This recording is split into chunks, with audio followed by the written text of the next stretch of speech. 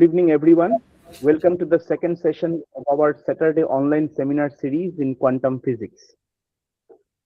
It is a privilege to introduce you to our center, the Center of Advanced Studies and Innovation Lab, CASI Lab in short, located in Silchar, Assam. Since beginning its journey in 2018, CASI Lab has been working to develop a conducive research ecosystem in the sciences, primarily focusing on mentoring project-based studies for undergraduate, postgraduate, and research students, as well as organizing a series of in-person and online talks. We are firmly committed to providing a democratic, borderless ecosystem that bridges the gap between institutional experts, independent scholars, and grassroots researchers by facilitating collaborative projects regardless of geographical constraints. As we proceed with today's seminar, I invite you to view our modest efforts through the lens of CASI Lab for the greater good. It is a pleasure to introduce today's speaker, Professor P. Panigrahi, a distinguished physicist well known for his contributions to quantum information, quantum foundations, and quantum optics. Professor Panigrahi has been actively exploring some of the deepest aspects of quantum mechanics, particularly the interplay among coherence, interference, and entanglement. His work connects fundamental concepts of quantum theory with emerging applications in areas such as quantum technologies and sensing. Today, he will speak on multi-slit interference, manifestations of entanglement, and coherence. Please join me in welcoming Professor Panigrahi. Sir, the floor is yours. You can start. Yeah, first of all, I would like to really thank Sovik for his efforts. A very, dynamic effort. It takes a lot of work to keep this kind of thing going in a very measured way, very controlled way. He has done a tremendous job. I also fondly remember visiting Silchar and meeting many of my friends who are there today. And it's a lovely place. I, have been tremendous interest in quantum computing and intellectual pursuing intellectual things in general, which is truly a pleasure, and happy to be part of this talk in CASI Lab. And my apology for Silchar, wrong spelling of Silchar, Silchar. So today I will talk about this multi-slit interference experiment and theory. And the experiment, I have not done it, but I'll show you some of the experiments optics people have done. And, at the outset, I would like to point out this is standard, this double slit, triple slit kind of thing, which we have seen that in quantum mechanics, for example, Dirac's book, his second chapter, if I remember correctly, does with double slit. I've seen many of these optics people, experts like Professor G.S. Agarwal, starting from that copy of that page where Dirac talks about a single photon interfering with itself. So it has, those days we were not taking it very seriously, and sort of see it and listen to it. But what is the physical meaning of a single photon interfering with itself? I took up seriously after I heard several talks by Professor Tabiz Qureshi. I'd like to go from the very beginning. He has a series of articles. And each time it used to really fascinate me, that kind of thing with the science he does. And there was an opportunity during this COVID period, many of our students are around. I got into it. So this is and some of the experiments which follow later on, I'll point out. Multi-slit interference, double slit, triple slit, those kind of things. Very surprisingly, this entanglement comes in there. Coherence, of course, is there. So as I slowly proceed, I'll show you how it comes in. Very simple. There is nothing very profound in it. Only thing is a bit of understanding of how this coherence entanglement. Very surprisingly, from a very general argument, you can actually show there is a conservation law. Some squares of three things add up to one. And one of them is, this coherence, namely visibility. So keep this in mind. Squares of three things, visibility is equal to 1. So that is an exact relationship, which each of those things can be verified experimentally. One of them is entanglement. So I'll show you that now. So before that, you know that one of our leading scientists, Professor Leggett, is no more. And his contribution to liquid helium brought him this Nobel laureate in physics, 2003, for liquid helium. And since then, he has contributed to many aspects, particularly, this Lekert-Gorg inequality. And, this Anupam Gorg, fortunately, had a Rochester connection. So when I met him in Bangalore, he was describing in person how he came in contact with Tony Leggett and how it led to this piece of work. So for younger people who are around, it is actually quantum correlation uh, for a single qubit at different times. So, if you really think about it, it's almost like Bell inequality. The same kind of 2 root 2 comes in case of Bell inequality, when you compute expectation values of certain quantities, for classical things, you will get 2 1 minus 2, for quantum 2 root 2. So that same 2 root 2 kind of thing also appears here. Very recently, when Partha Ghosh was here, I asked him that why is it that these two have same factors? So then we spent some time. He has, sort of written some article, which you are showing me. So some of young people, I still pose that problem, that why is it that this Leggett-Curd inequality, which is time domain correlation involved with contextuality, so similar kind of behavior with Bell inequality, which is space domain correlation. So things, which are very simple but very profound. And for people who are interested, I would like to point out that there is a very beautiful experiment, couple of experimental papers from ISER Pune. T. Mohes, there's a PRL paper, very simple PRL paper using NMR, how you consider a single qubit, when you do this measurement, how you get these factors. And what is this quantum domain, which parameter domain? There is essentially some cosine sine kind of factor, and between certain value to certain value, it will be quantum. Those kind of things are important because nowadays, when you talk about device independence, you find that this kind of thing plays a very profound role. So again, so macroscopic quantum coherence, we learned it from Tony Leggett. Today's thing involves really macroscopic quantum coherence. So from our side, our, we honor Professor Leggett and remember his contribution to quantum science. So what am I going to talk about? Very simple multi-slit experiment. I'll show you the picture, standard thing. And then this measure of coherence, which I'll point out. We know that visibility is one of the measures. Imax minus I mean divided by Imax plus I mean. But you have to slightly modify it. And then only, you'll see that tripartite, three things adding up to one will come if you suitably modify this coherence. As you know, this coherence has undergone a lot of development. See, for example, optics people knew coherence, which they saw interference experiment and quantified it as Imax minus I mean by Imax plus I mean. Goes from 0 to 1. But in 1913, 14 kind of thing, this Plenio and his group, they came up with a measure of coherence, which is basically magnitude of the off-diagonal element, for example, Ex star Ui in case of Jones matrix, or if there's a log quantity involving that also. Claim is that that quantity is a better measure. It's really a metric and shows monotonicity. And so if you talk to optics people, they are not very happy with it. You will see. Therefore, one has to again think about coherence. And there are some very nice papers I have seen from Anand Jha at Kanpur in JOSA A, which deals with these questions. Very beautiful questions of what is really coherence. There is still debate going on. Now, this path predictability, that is a simpler thing. That, for example, double slit experiment, which path the photon is going. Now, so that has also close connection with path distinguishability. Namely, once you go out of the slit, can you really distinguish? So you come up with a question of putting detectors and trying to see which path it is going. So these questions you will see have to be quantitatively analyzed. Now, very surprisingly, when we are dealing with it, particularly in COVID period when the students could not go abroad, some of the students who had, bent for doing some original work involving simpler things, we took up these things. And finally, thanks to Tabish and his student, Neha Patania, this measure emerged where concurrence appears and particularly eye concurrence. I'll show you how it appears. And very interesting thing is, independently, we have to actually observe that a measure of entanglement can be area between two vectors.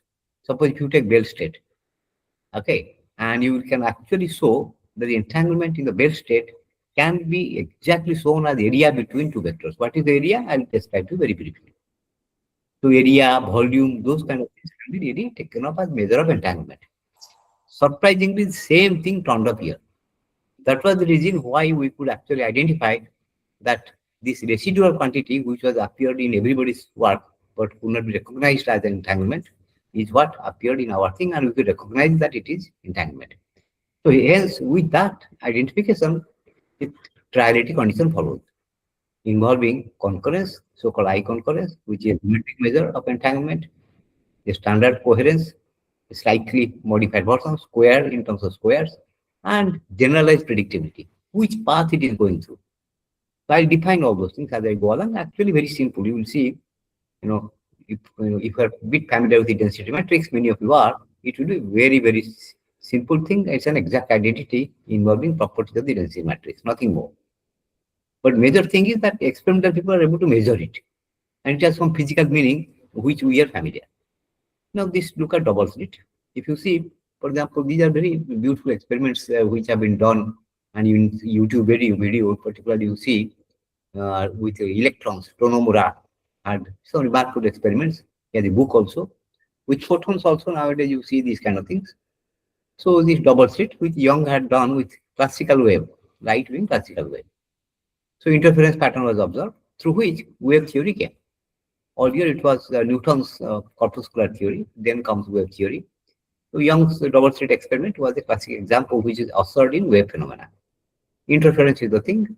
So, see, for example, wavelets are created at each point, they propagate as spherical wave fronts, they meet, this at certain points, constructively add or destroy, and you come up with black and dark fringes.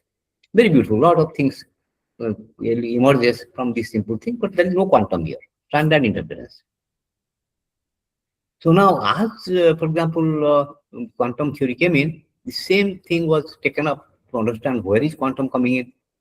So as you know, for example, photoelectric effect is the one which brought in Planck's distribution, photoelectric effect brought in quantum.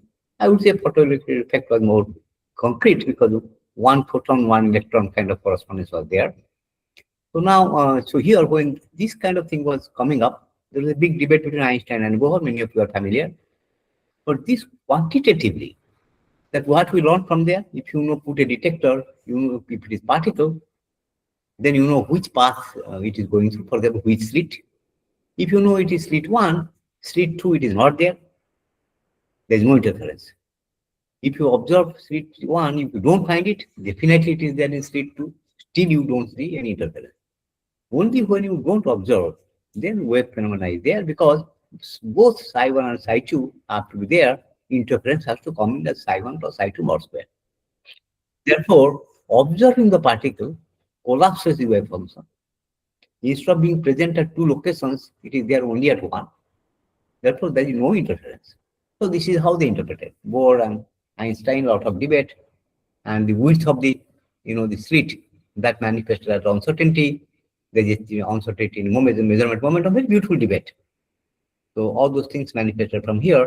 So particle and wave nature of light simultaneously survived. To the extent that Dirac uses this example to talk about single photon interfering with itself. Okay, so now, so mathematically, for example, we are familiar, it could be an wave function psi, it could be an electric field. So there are slits 1 and 2. So psi 1 and psi 2 are present, and you look at intensity, so mod square. And fortunately, is the same mod square in electric field, same mod square in the wave function. So it is that coherence psi 1 star psi 2 plus psi 1 psi 2 star of diagonal terms, they are responsible for coherence. So, and we get our standard cosine theta factor from there, which we are familiar. So now, so what is this now quantum thing coming in? So, okay. So before that, we would be basically dealing with partially polarized light. For partially polarized light, as you know, it is actually a big state. So you need density matrix. So this outer product, psi, if more than one term is present, pi 1, 2, 3, 4 kind of thing, then it is, when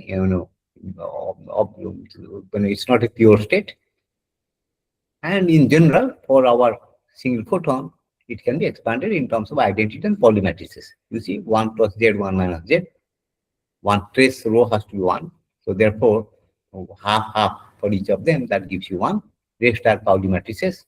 So in general, rho is equal to, half times identity plus some factor times sigma Z, sigma X, and sigma Y. All the information about, partially polarized light is in there in this row. Optics people knew it. In fact, Ghotok, Hecht, they describe it very nicely. Quantum mechanics people learned from them for single particle thing. So normalization. The Hermitian matrix rho dagger is equal to rho, and rate trace rho is equal to 1. So rho dagger is equal to rho immediately brings Pauli matrices. Now if it makes life easy, the moment you go to 3 dimension, 4 dimension, D is equal to 3, immediately you know it is Gell-Mann matrices. So people who are from the particle physics background, many of you are, and you can immediately write down, like, Gell-Mann matrices, take from the book, because we deal with SU3, SU4, and I also have the same particle physics background. So it's very simple. Hermitian matrices we know. And how many fellows will be diagonal? It will be the so-called Cartan-Schwarz zebra. So in case of SU2, only one. So n minus 1 fellows will be diagonal. So very beautifully, it has very nice connection geometry, the so-called Jacobi coordinate system, and so we always raising lowering operators. Those languages are there. We have been familiar to deal with Hermitian matrices. Eigenvalues are real, and how many normal here the slit number of slits that would corresponds to this n. Why n? Because identity and sigma z, diagonal fellows, two diagonal fellows.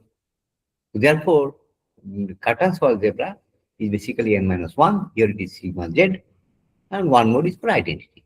So that will correspond to the slit. What is this one z doing? Z is bringing asymmetry between two slits. You see, 1 plus z, 1 minus z. The number of photons passing through the first slit and second slit could be made asymmetric. If z is 0, then exactly wave going, half probability to first slit, one half probability to the second slit. So to bring asymmetry, this z has to be brought in. These kind of questions were actually asked in 1979. I'll show you the history by Jurek and Utter. And since then, a lot of quantitative work has been done. So if you don't put any more constraint, only trace rho is equal to 1 and is Hermitian. So it is in general a mixed state, and in case of light, partially polarized light. If it is completely unpolarized, then it is half times identity. Okay, so now other general things can be also dealt with this way. Off-diagonal elements are responsible for coherence, because we know you want to describe interference, you need them. Okay, so now let's go through this history, because there are a lot of beginning students. You can actually stop me anywhere you want. I will be keeping it fairly simple. So this was in 1979. Wouters and Zurek asked this question. So what is this wave particle duality? Can be completely analyzed? Is there really complementarity? How does the mathematical expression involve that? So they came up with these things, that this which path information, namely which slit. So they came up with a mathematical formulation, which subsequently was studied by many people. See, for example, they came up with this kind of identity. D is distinguishability. If you can really distinguish it, and you have come up with a partial distinguishability, fully distinguishability, and the width of the slits being unequal, which brought him 1 plus z, 1 minus z. So these kind of questions they asked. It's a very profound paper. And then people, you see, these kind of identities are obtained. P square plus v square is less than equal to 1. P square plus v square is less than equal to 1. What is this? V? V is our familiar visibility, I max minus I mean by I max plus I mean. P is what? Path predictability. Which path it is going through? You will see very clearly this path predictability leads a little bit of what? You have to put a detector. If you detect it with exactness, then path predictability exactly you know, and then there is no interference.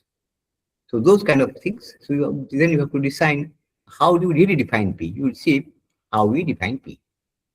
So this D, path distinguishability. There is slight difference between path distinguishability and path predictability. Essentially, path predictability will come through the diagonal elements. And bit of off diagonal, you will see. Path distinguishability, you have to be a bit more careful how it will be related to visibility. So you see these kind of bilinear terms, p square plus b square less than equal to 1, d square plus b square less than 1 equal to 1. This was known. Greenberg and Racine actually was around the year when I was going to City College, because I was there in 1982 to 83, and I used to frequently commute there. So I have seen these things.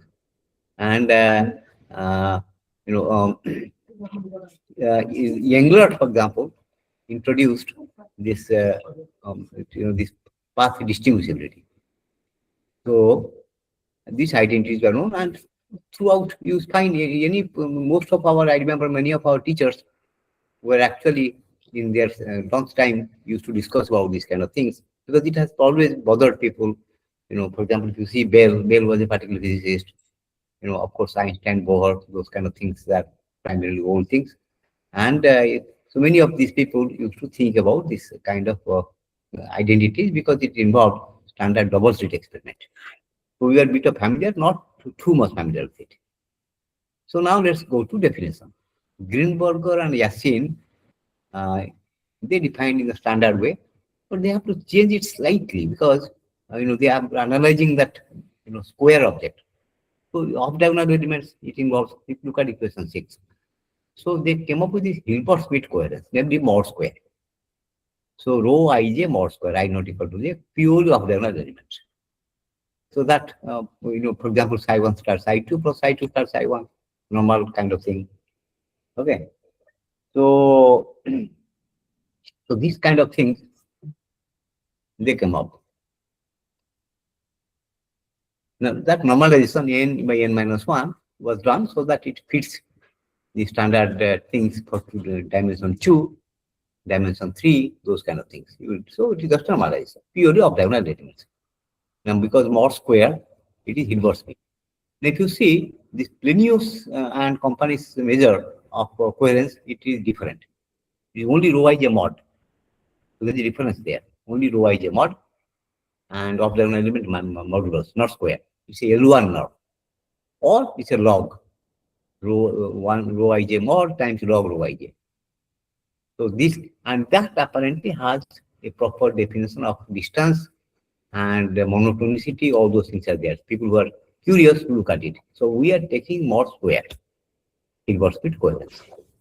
Okay, so very good. Now, what they use, which was new to me when I came and looked at these papers, is called quantum. So quantum is like, electron, photon, in general, it is true. So therefore, for this quantum, you now come up with this kind of measures, slightly normalized and mod square.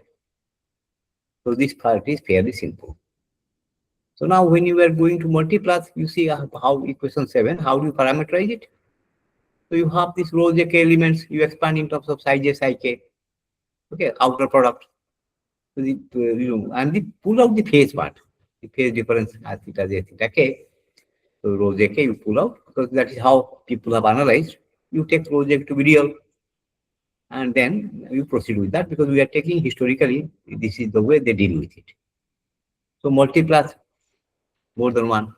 One of the reasons why multipath is interesting, because I saw with again Professor Kurei's talk a very beautiful paper. I'll give you the reference, 2001 physical regulator, which actually showed that in 3-slit experiment something very miraculous. That if you put some decohering element instead of the third slit, visibility increases in case of the other 2 slits. So how is it that counterintuitively is that you are putting a decohering element in front of the third slit, and you do see visibility increasing? That really bogged me. I remember hearing this thing at Jodhpur when he was giving a talk. That stayed in my mind.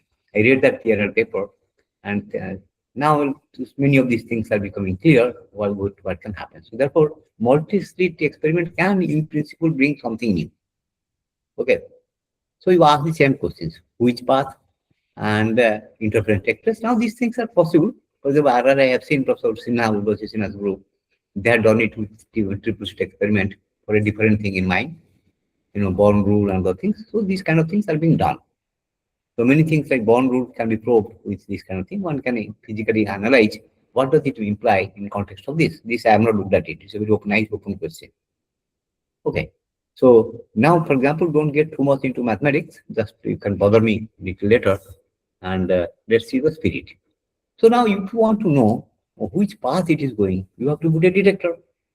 How do you put the detector? We have learned it from von Neumann. You put an outer product with DJDK. You see, those are the detectors. So as you know, detectors, von Neumann had this idea that you put a detector, a Gaussian kind of object. So that couples to the state. So state information goes through the Gaussian, the shift. Then the detector gets entangled with the system. The shift in the detector is actually measured. That is how Storm-Gerlach experiment was interpreted by von Neumann. Many of these things we have used in the context of weak measurement. You see in the weak measurement, for example, you put a detector, put a Gaussian, so the shift there would depend on the, we get the information of the state through that. So that is a modern theory formulated by von Neumann, how to put detectors. Now, one good thing is that this detector is such like a weak measurement, which will not fully collapse the waveforms. So otherwise, wave nature is gone, completely particle nature is there. So keep that in mind, that I am having a provision that detectors are such that there is a partial collapse. So now in the modern times, you can think as weak measurement, which leads to partial collapse.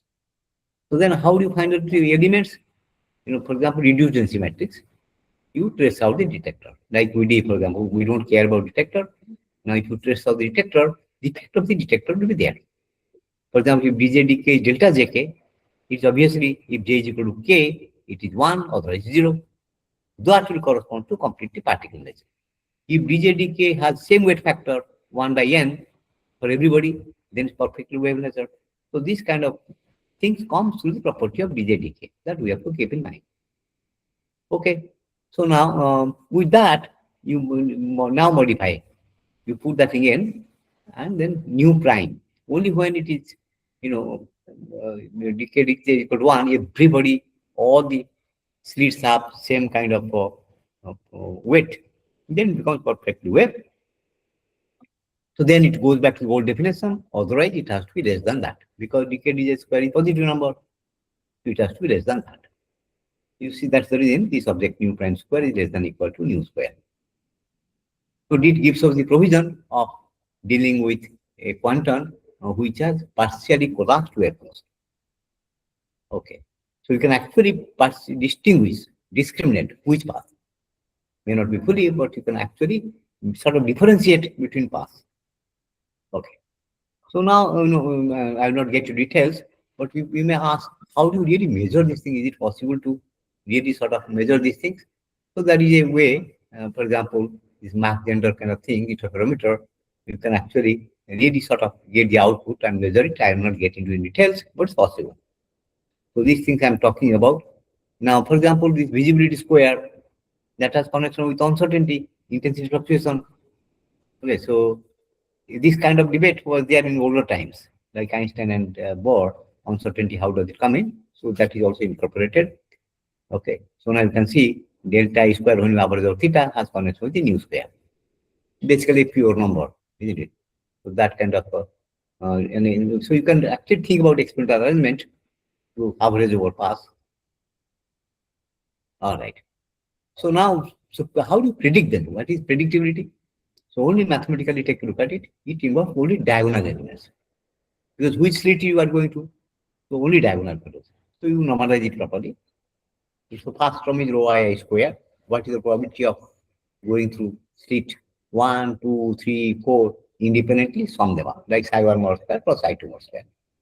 But you normalize it properly. Rho I rho j. There's a purpose for that. Then it matches. The I not equal to j. Rho I rho j. Because with this, you actually this generalized predictability is the one which you really need. This was pointed out earlier by Greenberger and then later on by others also. So you need that. But you keep in mind only diagonal elements. So rho I square, I is equal to 1 to n, we know directly coming from this thing that other factor is required because that diagonal elements. So that is required for properly coming up with identity. But main point is that it involves only diagonal elements. All right. So now the visibility or the measure of coherence only off diagonal, and this P is only diagonal. And remember that rho is a Hermitian matrix. So let me emphasize again. See, for example, if you can see, if the quantum path is known certainly, then rho I is equal to 1 and jj is equal to 0. Only one will also right. So that would correspond to P is equal to 1. So that kind of thing observation leads to this definition. And then, for example, if rho I is equal to 1 by n, then P becomes 0. To make it 0, you need a minus sign. So this fact that if each of them have same weight factor 1 by n, detector that dj dk is 1 by n, then it has to have a perfect wave nature. Okay, so then no predictability. Predictability has to be 0. That keeping that in mind brings that negative sign. Okay, and if rho I is equal to 1, other field has to be 0. So these two facts we have to keep in mind to define things properly. So that justifies why that second term has to be 0. Has to be there. Okay, so very good now. So okay, so you sort of try to check. Always go back to it is equal to your double slit and see if it works or not. You can actually check n is equal to 2. It will be intensity difference rho 1 minus rho 2. Standard thing that only two slits. If the two slits are equal, there will not be any difference. You cannot predict which way. If they are unequal, then there is a slight predictability is possible because you can actually show either this being or that being. Probabilistically, you can say. So rho 1 minus rho 2 is the one which you are expecting, and you do see that it comes like that. Okay, so then you sort of for multipath, you go back to this root mean square kind of thing, and you sort of massage it so that our life becomes better later on. But no more only massaging it, coming up with pairs, rewriting it in that way. All right. Now, okay. So what is this distinguishability? So that one involves, see di dj. You can see j is coming in. So you are distinguishing between different kind of paths. So that comes in there. Okay. So now, and if you remember, ij, di dj, so detector is present. Without detector, you cannot distinguish. So that detector will bring in delta ij, where for which case d square is equal to 1. We know exactly which path it is going through. If it is same weight factor, so that again the same two regions for complete particle or complete wave nature justifies how to massage it and write it in this way. But if you remember my earlier expression, I am only putting the dij factor, nothing more than that. Okay, so that brings it path distinguishability. Okay, so now, so to elaborate, di dj is delta ij, then path distinguished with maximum, you know exactly which path it is going through. But remember that earlier one P was only slit. Here, you are actually bringing a detector on the path. So this path information is there, and experimental people actually bring this. Okay, so there is a slight difference in terms of physics between this thing because these things are put in the path. All right, so then you find again this quadratic kind of relationship. Okay, so I mean, that is nothing more. You just mathematically modify it, and just like we did for P, same thing you d square you do with pairs and some kind of weight factor dij square. So dij square are the path probabilities. Okay. So now, so then you go back to your. If you remember, rho is a density matrix.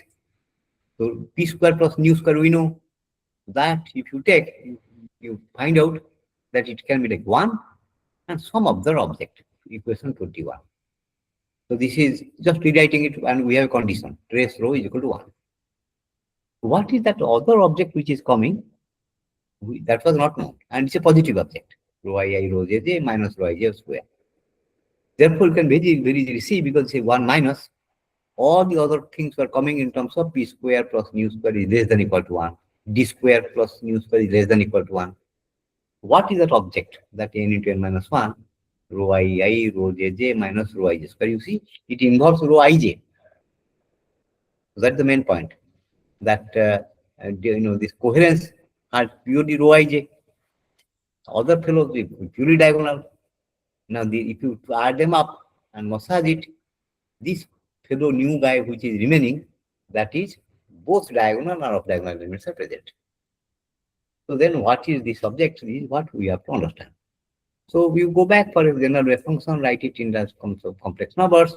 So this is the standard thing, and then try to see if our older things are still okay or not. Then you look at this quantity, rho ii rho jj minus rho ij mod square. So you massage it, and you need it greater than or equal to 0. This kind of thing was analyzed by Dool. Very nice paper. Now, basically, you are trying to massage that remaining quantity and try to physically see. Physically see in terms of amplitudes, C alphas. Okay, so all right. Now, okay. So then whether this is what we found, that this quantity very beautifully, I'll show you how, exactly matches with this entanglement measure, okay, E square, which we had worked out earlier. This is actually a generalized concurrence, and it has a very beautiful interpretation in terms of area between vectors. So I briefly described to you what is this area between vectors. And first, you believe me that it's actually nothing but measure of geometric measure of entanglement, which we had encountered. I'll show you that paper, and at that time I'll describe to you. And once you recognize that it is entanglement, then the identity follows. Question 28, p square plus mu square plus epsilon square is equal to 1. So P or D, we knew related to path predictability. This was the surprising element, that this object, epsilon square, is entanglement. Why, where from the entanglement is coming? That I'll spend a little bit of time in explaining to it, and I'll show you the applications that are following because of that. So, any questions so far? If not, Sir, you continue. After the talk, they will ask questions. sure. So this is what the surprising thing. And see, mathematically, it's an identity. That's what, you will realize that there is not, only thing is that interpretation. Earlier, people used to sum up these things and write it like this way. So our thing, interpretation is that it is actually entanglement square, otherwise you say exact identity. P square plus mu square plus epsilon square is an identity. And it is possible only with square elements. Okay. So now let me then show you our work. So this is what, coherence, path predictability, and eye concurrence, a triality. And this eye concurrence measure was given earlier by Capes, Runta, quite some time back.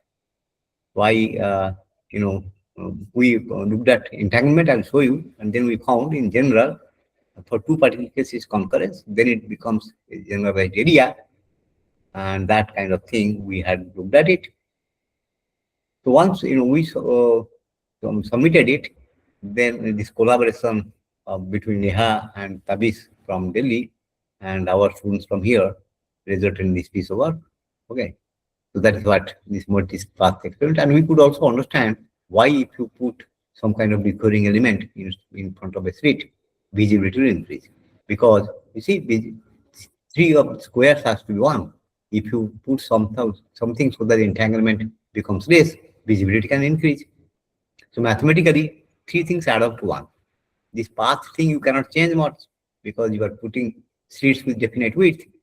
Between entanglement and visibility, you can modify entanglement or visibility. So it's possible that if you reduce entanglement, visibility will increase. That is what, roughly speaking, was happening in that triple slit experiment, which motivated me. So after this, for example, we were happily sitting. Then in 2025, namely last year, this nice paper come out. Then I went back. Well, what is this? Experimental people are doing it. So they acted that equation 28, which I referred. That's why I have kept it like that, equation 28. They actually, citation 28 of this paper is our paper. So they really verified universal conservation law governing the wave particle duality and quantum entanglement. So they actually say optics paper. So you can check that one. And they really verified that it is true. Then I checked.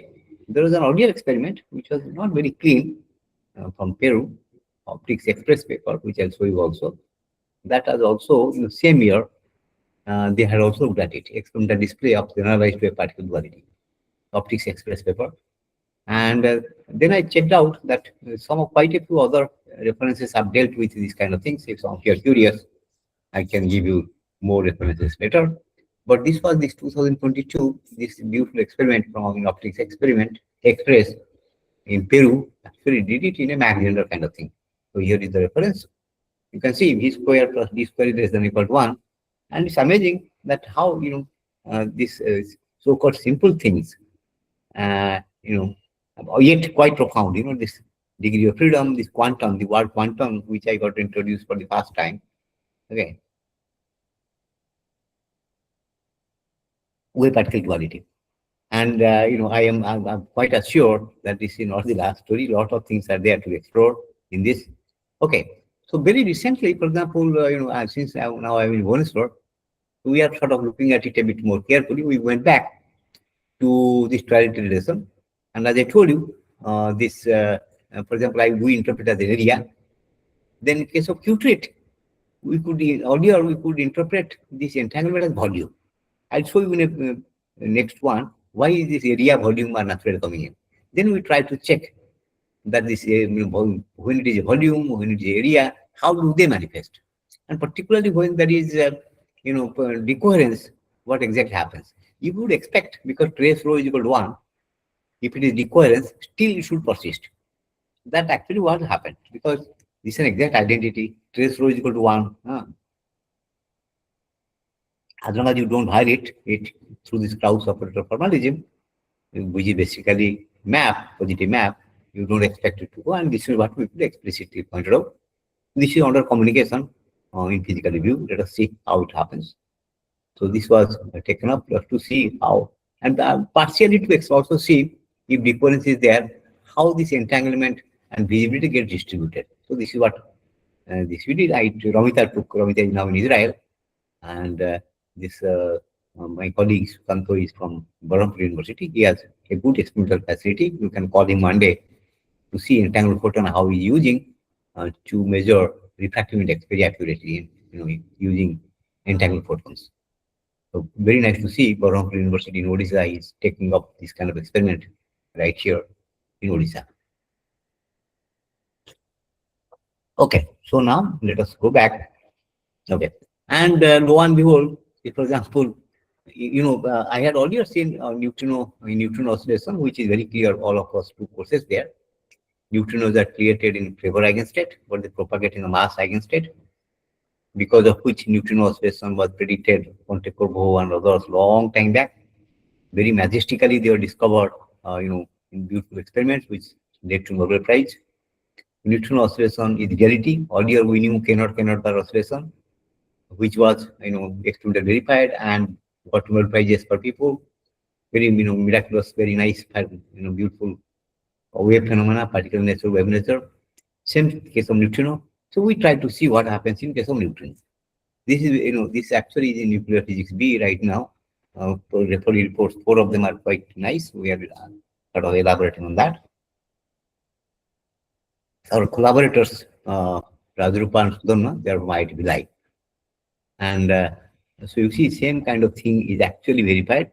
And beautiful thing is, these people actually pointed out that the experiment Dune and T2K, which I was new, the so-called long baseline neutrino experiment, you can actually show there are two oscillation minima and maxima correspondingly. You can actually show where it will manifest. Hopefully, so it has a role. This entanglement has a role, and you may ask, who is getting entangled with whom? Yeah, actually, it is mode entanglement. Let me elaborate a little bit. What is this mode entanglement? See, for example, in case of double slit, the photon is going. There is some path, so path degree of freedom. So imagine a photon is present through the first slit. Obviously, it is not there in the second slit.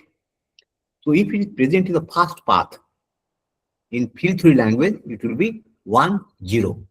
Because you can imagine, you think about it, in field theory, that you create a photon by a dagger. So I am not exactly giving the momentum index or any other index.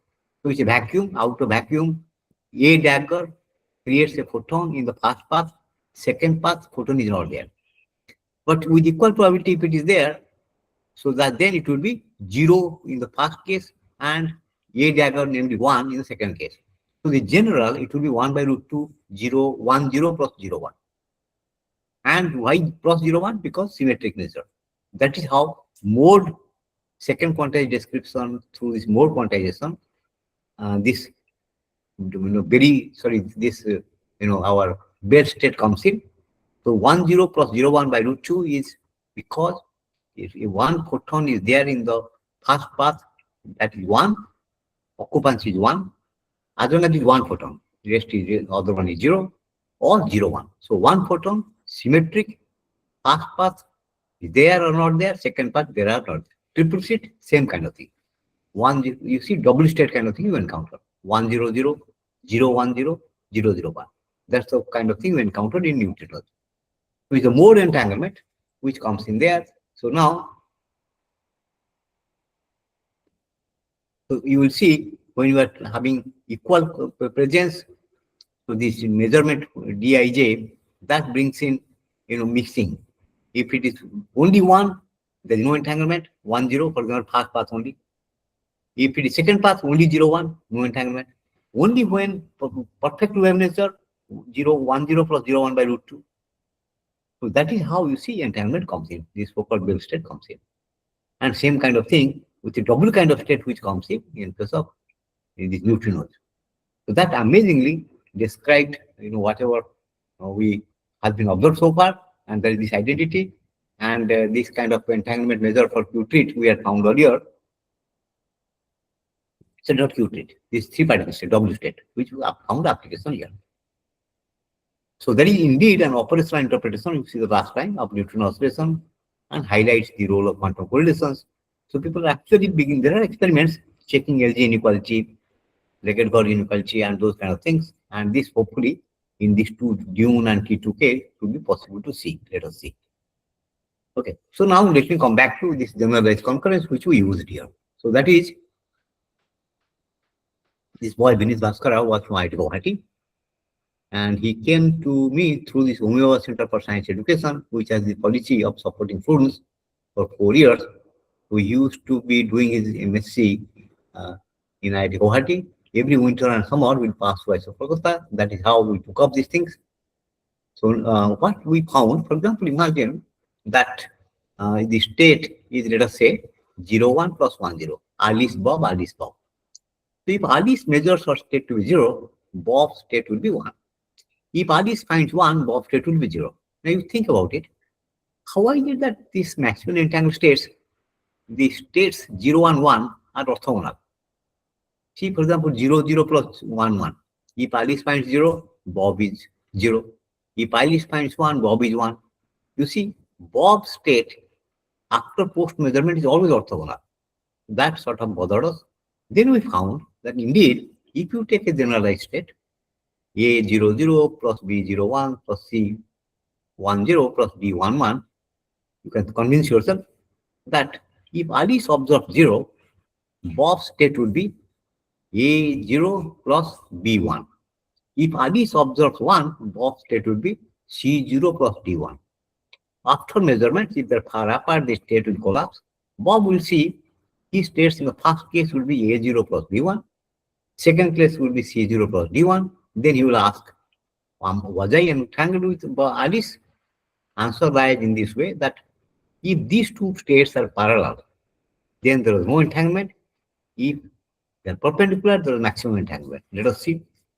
So parallel means A by C is equal to B by D. That means AD minus BC is equal to 0.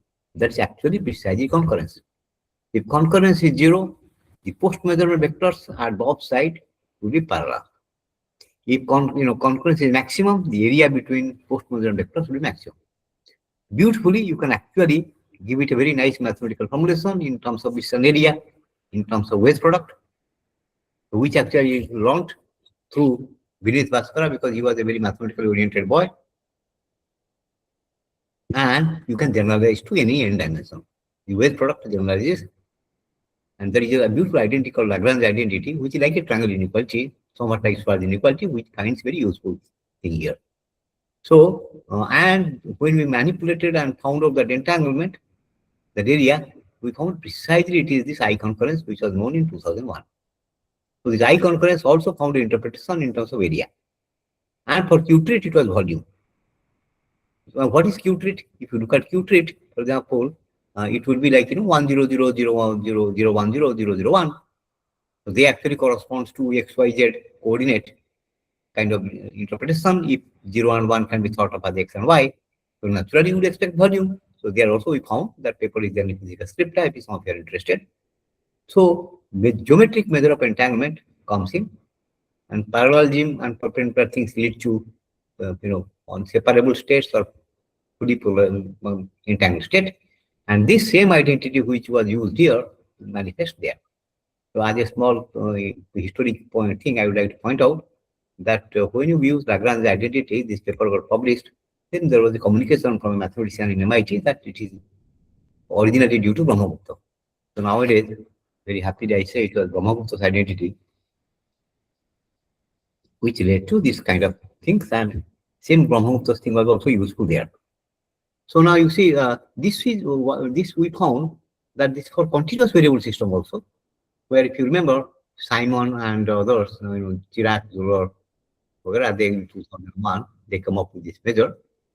Exactly the same thing happens. In fact, recently Tabish was pointing out to me that in some cases where that measure failed, he has used it. You see, this paper has gotten quite a bit of citation because this is a very useful measure as compared to the standard ones.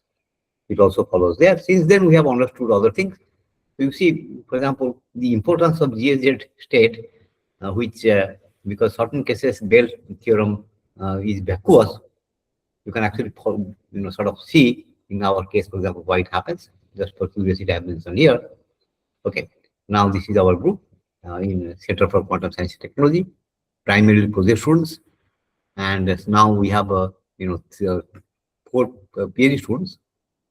2 of them, Sritam and Dina, who are there. Yes, they are there. And since both of them helped me prepare this thing, now we have 4 faculty now. So this was our Odisha Physical Society members coming here.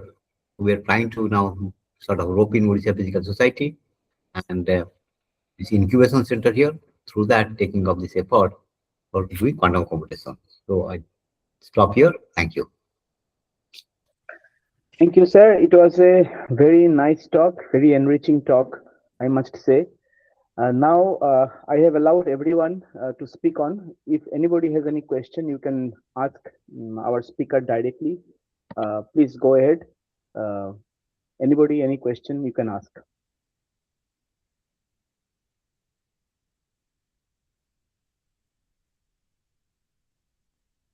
Yeah, sir, you can ask question, please. Professor Haridas, sir, please ask.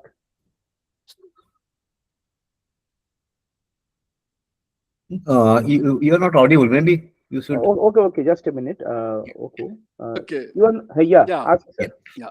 I have a simple question. Hmm. You talked about multipath interference, but what about multi-photon processes? Because if you, for example, look at Hanbury twist interference, you get similar considerations which superficially look like multipath interference. So have you looked at multi-photon interference?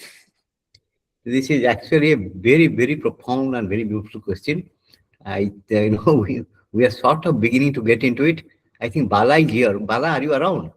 No, sir. Yes, Professor. I'm around. Yeah. You can ask Bala. Bala is now in math science, a postdoc, which Bala says. So we are actually looking at 2 photons, isn't it, Bala? So Professor Haridas, multi-photon interference. So far, adequate investigations have not been carried out because it's quite tricky. So whenever we consider multi-photon emissions, you will have 2 photon states, 3 photon states, 4 photon states. So if one naively just detects the intensity, then you would be capturing 2 photon interference, 3 photon interference, 4 photon interference, and so on and so forth.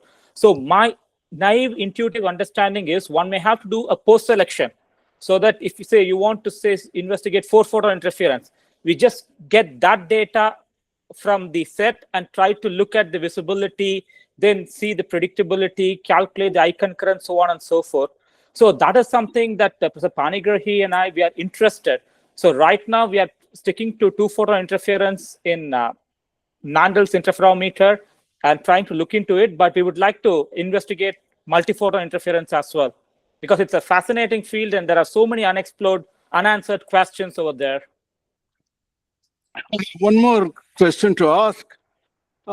If I, for example, look at double slit interference versus Hanbury twist, a more systematic way of understanding this is in terms of various coherence functions, first order coherence, higher order coherence, and so on. So how would you recast your results in terms of various order coherence functions of the electromagnetic field? In fact, you are really sort of telling us which way to proceed. And the only 2 days yesterday, I think, 2 days before yesterday, we were Bala and Sivasis and others were discussing about it. In fact, those things will come. Those things, this generalized coherence will come. Without that, we cannot really describe this. But as Bala points out, actually, I am not a quantum physics person. I'm a particle physics person. So I am also trying to learn it. So so we'll keep you informed. And we have not made much progress. We are just beginning. They will come. Yeah, my last comment is that you've also looked at neutrino oscillations. And in fact, these higher order coherence functions are different for fermions and bosons. And therefore, you have one more venue to investigate. Thank you for a very interesting talk. Thank you. Thank you. Very beautiful questions. Thanks indeed. Yes. Okay, Professor Panigrahi, we have another question Yes. which will be asked by Professor Manirul Ali. Manirul, Hi. please go ahead. Hello, Manir, yes. Professor Panigrahi. Yeah, it was a very nice talk. Actually, I enjoyed. Yeah, thank you. And I will request maybe Sovik to share these things. Some of the references maybe I will like to read of your Sure. work. And my question is, this is because I want to, for my own understanding, I am asking. So if someone want to deal with this, want to study the decoherence process for this double slit or multi-slit experiment, is there some microscopic one?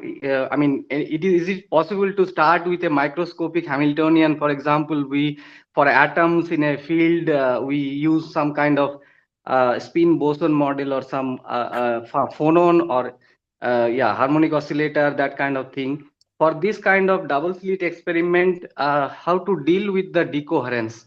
Is there any, can we start with some microscopic Hamiltonian and then study and derive the master equation and study the decoherence process in this type of interference experiment? Yeah.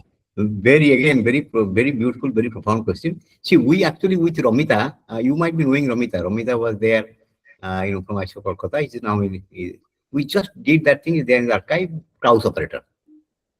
Okay. So that is without any model. You just put m dagger n is equal to 1 and see amplitude damping, phase damping, what happens. And as long as Krauss operator formalism, trace rho is equal to 1. Very recently, in the context of this particle physics group, with this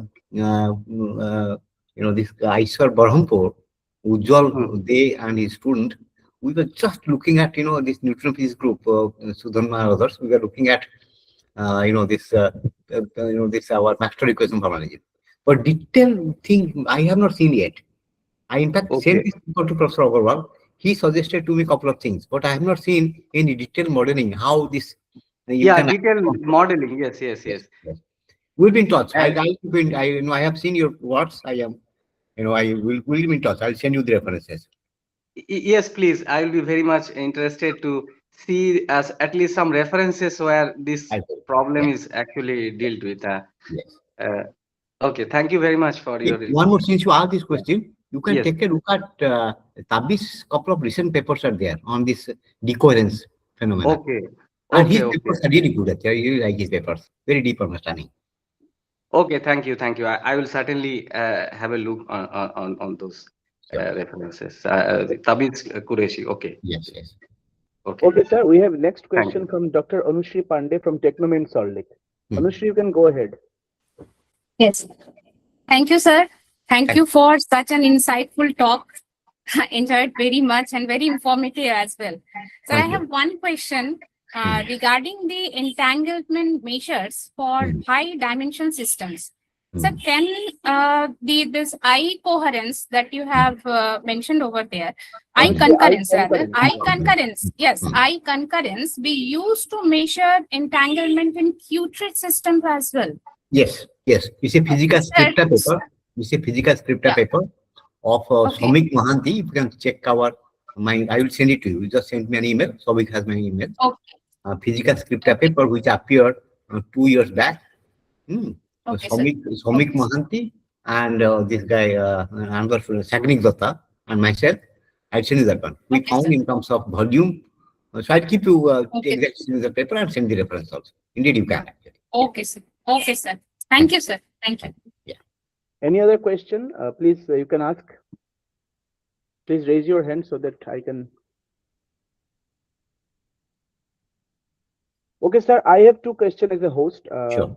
First of all, when I got your abstract, one particular term exactly, I was initially a little bit confused. Then I later understood that it is a particular term that you have used. It's called quantum triality.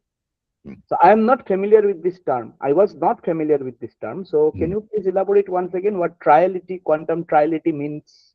See, this quantum, you know that QANTON, quantum. Yeah. That word I came across here for the first time, Okay. you know, because they don't say electron or photon, that is quantum.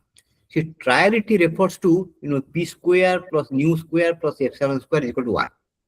Okay. Okay. Okay. It's actually a mathematical identity or involving density matrix. Okay. That identity is called triality. Triality, yeah. Yeah. And my next question is, as Leggett's work highlighted the possibility of macroscopic quantum coherence, do you think current experimental platforms are close to revealing genuinely new macroscopic quantum phenomena, or are we still mainly observing large-scale manifestations of known microscopic quantum laws? Oh, you see, I mean, very honestly, you know, I have doubt about my own understanding because I get educated from Dipankar Partha Ghosh about Yeah. all this. And you know, so I very honestly will tell you, my understanding of it is very simple. Like, you know, I'm started from particle physics. You know, so what you are asking, you know, for example, that like Manirul asked, we need a bit of modeling. You know, you should in a controlled manner. If you can introduce the coherence, then this classical to quantum transition, double wave collapsing to one wave function. Okay. Then this kind of, you know, like the way he asked that question, same way one can probably answer. But that would need much more careful understanding. It's actually a deep question. Okay. Understood. Okay, sir. Anybody want to ask questions? Still, sir is still there. You can raise your hand so that I can. Shril, Yeah, sir, hello. you. Hello. Yeah. Yes. Hello, You am I can. audible? Yeah, yeah. Yeah. Yes, Sure. sir. Sure. Yes, sir. Good evening, sir. Hi, Wilson. You are now Yes, in sir. Kolkata. Hmm? Yes, sir. Yes. So Nice to see you. it's a very simple question. Just Yeah. it came to my mind that when we talk about this wave particle duality, Hmm. whenever we see this magenta interference or anything like that, Hmm. but as if we put a detector to witness that thing, that we tell na that this wave nature translates into particle nature. So that's what I was quite confused. Like in optics, we never see like when we put detector or in order to detect which way interference happening, it reduces to some classical counterpart.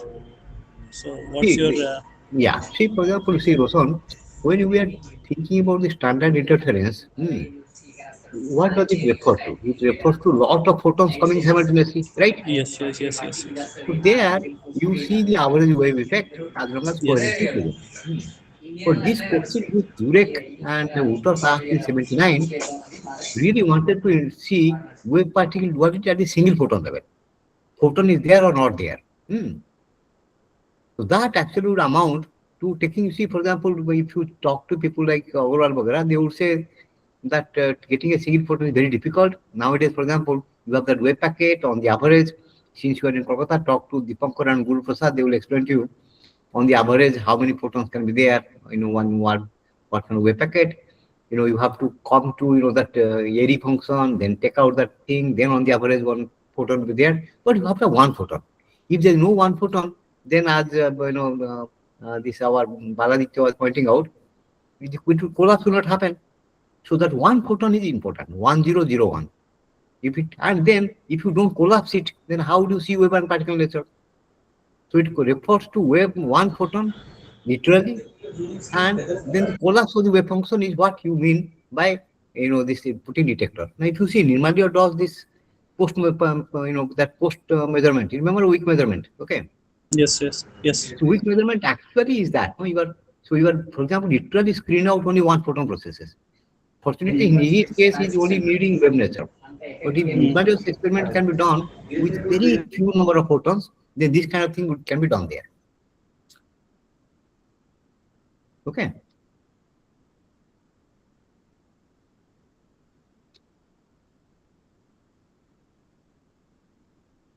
Any other question? We are waiting for more questions as this talk, today's talk was very enriching. Yeah, thank you, sir. I got the. Thank you, Roshan. I will mail you if for further some Yes, decisions. yeah. Thank you. Yeah. Any other participants want to ask question? Please go ahead. Okay, as probably nobody is not going to ask any question. So, Panigrahi sir, I want to ask, take your permission. Can I share your PPT? Yeah, with, yeah. Please go ahead. Okay. Very okay. nice. Please go ahead. Okay. So you are doing a great job. Keep doing Thank it. you. Yeah. Thank you, sir. Thank you. And lastly, before concluding today's session, I will request Tushar sir for for giving closing remarks for to this evening's session. Tushar sir, please.